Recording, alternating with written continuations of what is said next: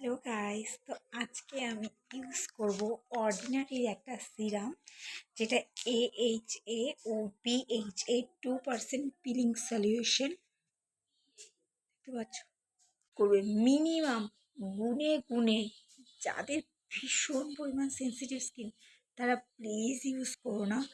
আর যাদের normal dry skin তারা use করতে পারো, কিন্তু বড়জোর 3 মিনিট 4 মিনিট বা কারোর স্কিনে যদি স্যুট খায় 5 মিনিট, তার বেশি রাখবেন না।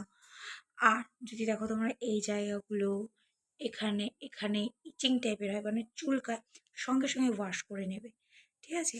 যেহেতু এটা একটা কেমিক্যাল সলিউশন বলে, তাই জন্য তোমাদেরকে আমি বলে রাখলাম।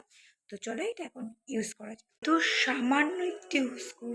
তো চলো ইউজ করে দেখাচ্ছি। আর তোমরা এটাকে বেরোনো মুখে কোনো জল না থাকে, এটা কিন্তু স্কিনের ভিতরে চলে যেতে পারে, ঠিক আছে? ফেসে দিয়ে নিয়েছি খুবই অল্প করে, জাস্ট 1 মিনিট রাখবো, জাস্ট 1 মিনিট। এই যে মুখটা ধুয়ে এসেছি। এখন তোমরা যে কোনো তোমাদের পছন্দের মতো যে কোনো জাস্ট ময়শ্চারাইজার ইউজ করবো, ওকে?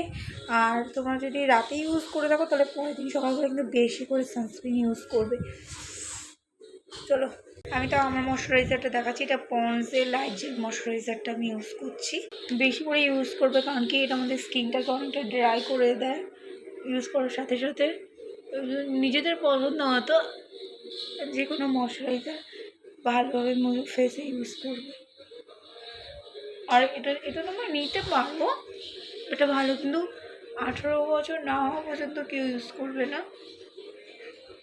কারণ এগুলো কেমিক্যাল বেস প্রোডাক্ট, তো এগুলো বিভিন্ন ধরনের হার্মফুল হতে পারে স্কিনের জন্য।